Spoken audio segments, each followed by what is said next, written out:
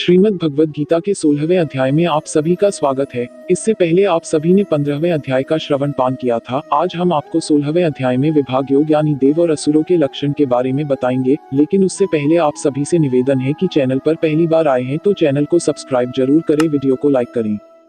श्री कृष्ण अर्जुन को दैवीय स्वभाव के लक्षण को बता रहे हैं।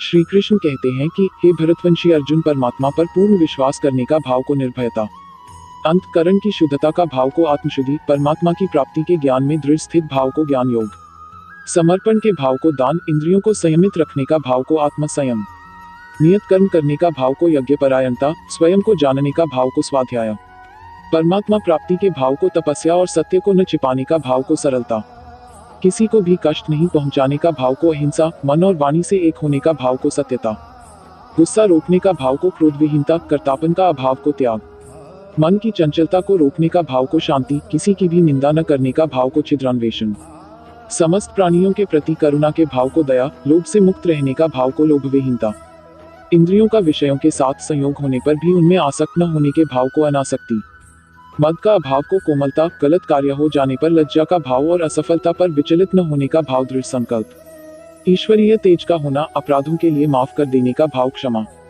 किसी भी परिस्थिति में विचलित न होने का भाव को धैर्य, मन और शरीर से शुद्ध रहने का भाव को पवित्रता, किसी से भी ईर्ष्या न करने का भाव और सम्मान न पाने का भाव, यह सभी तो दैवीय स्वभाव के गुण को लेकर उत्पन्न होने वाले मनुष्य के लक्षण हैं। हे पृथापुत्र अर्जुन, पाखंड, घमंड, अभिमान, क्रोध, निष्ठुरता और अज्ञानता, यह सभी आसुरी स्वभाव के गुण को लेकर उत्पन्न हुए मनुष्य के लक्षण हैं। दैवीय गुण मुक्ति का कारण बनते हैं और आसुरी गुण बंधन का कारण माने जाते हैं। हे पांडुपुत्र अर्जुन, तू शोक मत कर, क्योंकि तू दैवीय गुणों से युक्त होकर उत्पन्न हुआ है। यह कहकर श्री कृष्ण आसुरी स्वभाव वालों के लक्षण के बारे में अर्जुन से कहते हैं। हे अर्जुन, इस संसार में उत्पन्न सभी मनुष्यों के स्वभाव दो प्रकार के ही होते हैं, एक दैवीय स्वभाव और दूसरा आसुरी स्वभाव। उनमें से दैवीय गुणों को तो विस्तार पूर्वक कह चुका हूँ, अब तू आसुरी गुणों को भी मुझसे सुन। आसुरी स्वभाव वाले मनुष्य यह नहीं जानते हैं कि क्या करना चाहिए और क्या नहीं करना चाहिए।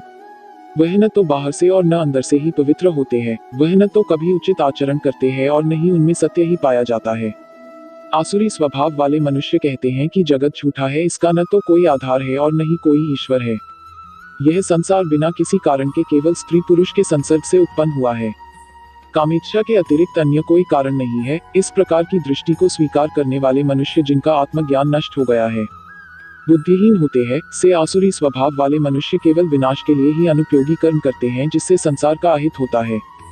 आसुरी स्वभाव वाले मनुष्य कभी न तृप्त होने वाली काम वासनाओं के अधीन, झूठी मान प्रतिष्ठा के अहंकार से युक्त मोहग्रस्त होकर जड़ वस्तुओं को प्राप्त करने के लिए अपवित्र संकल्प धारण किए रहते हैं। आसुरी स्वभाव वाले मनुष्य जीवन के अंतिम समय तक असंख्य चिंताओं के अधीन रहते हैं।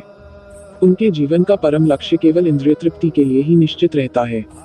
आसुरी स्वभाव वाले मनुष्य आशा रूपी सैकड़ों रस्सियों से बंधे हुए कामनाओं और क्रोध के अधीन होकर इंद्रिय विषय भोगों के लिए अवैध रूप से धन को जमा करने की इच्छा करते रहते हैं।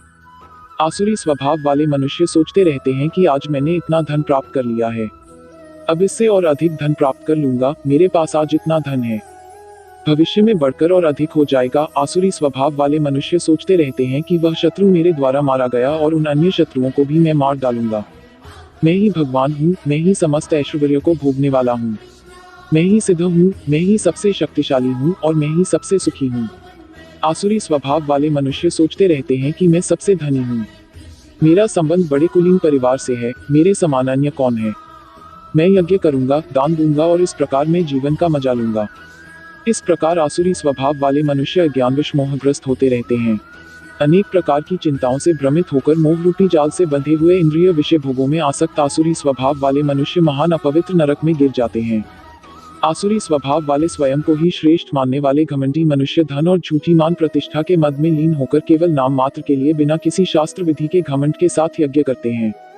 आसुरी स्वभाव वाले मनुष्य मिथ्या अहंकार, बल, घमंड, कामनाओं और क्रोध के अधीन होकर अपने और दूसरों के शरीर में स्थित मुझ परमात्मा की निंदा करने वाले ईर्ष्यालु होते हैं। आसुरी स्वभाव वाले ईर्ष्यालु, क्रूरकर्मी और मनुष्यों में अधम होते हैं। से अधम मनुष्यों को मैं संसार रूपी सागर में निरंतर आसुरी योनियों में ही गिराता रहता हूँ। हे कुंती पुत्र, आसुरी योनि को प्राप्त हुए मूर्ख मनुष्य अनेकों जन्मों तक आसुरी योनि को ही प्राप्त होते रहते हैं। से आसुरी स्वभाव वाले मनुष्य मुझे प्राप्त न होकर अत्यंत अधम गति यानी कि निम्न योनि को ही प्राप्त होते हैं। इसके बाद श्री कृष्ण शास्त्रों के अनुसार आचरण के लिए प्रेरणादायक बातें कहते हैं। हे अर्जुन, जीवात्मा का विनाश करने वाले काम, क्रोध और लोभ, यह 3 प्रकार के द्वार मनुष्य को नरक में ले जाने वाले हैं। इसलिए इन तीनों को त्याग देना चाहिए। हे कुंती पुत्र, जो मनुष्य इन तीनों अज्ञान रूपी नरक के द्वारों से मुक्त हो जाता है, वह मनुष्य अपनी आत्मा के लिए कल्याणकारी कर्म का आचरण करता हुआ परम गति परमात्मा को प्राप्त हो जाता है। जो मनुष्य कामनाओं के वश में होकर शास्त्रों की विधियों को त्याग कर अपने ही मन से उत्पन्न की गई विधियों से कर्म करता रहता है, वह मनुष्य न तो सिद्धि को प्राप्त कर पाता है, न सुख को प्राप्त कर पाता है, और न परम गति को ही प्राप्त हो पाता है।